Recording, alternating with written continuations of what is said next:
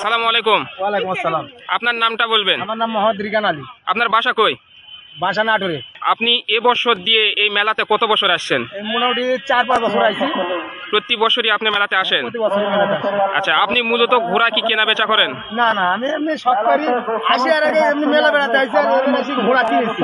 আমি অনেক দিন সাধনা ঘোড়া কিনবো, কিন্তু আমার টাকার জন্য আমি কিনতে পারিনি।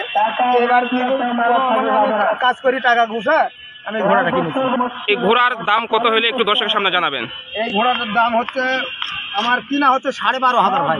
12,500 টাকা? 4টা লোক আসি, 4 দিন হলে আসি, এতে আমার খরচ 1,004 টাকা পুড়ে গেছে। আপনি যে মেলা 4 দিন পর্যন্ত আছেন, আপনার মেলা কেমন লেগেছে একটু জানাবেন দর্শকের সামনে। আচ্ছা, আপনি তো এর আগেও মেলাতে আসছেন, সেক্ষেত্রে এবারের মেলা কি জমজমাট বেশি না কম? এবারে মেলাটা রোজার জন্য একটু মেলাটা কম লাগছে, মানে মানুষের উপস্থিতি একটু কম, কিন্তু ঘোড়াটা একটু বেশি উঠেছে।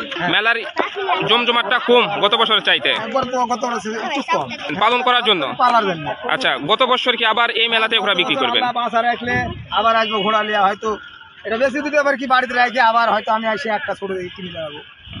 দর্শক, তাকে কথা বলার জন্য অসংখ্য ধন্যবাদ। আপনি ঘোড়ার পিঠে উঠতে পারেন? না, আমি কোনোদিন উঠে না। আচ্ছা, নতুন। হ্যাঁ, নতুন। দর্শক, তাকে কথা বলার জন্য অসংখ্য ধন্যবাদ। ঠিক আছে, ভালো থাকবেন। আচ্ছা।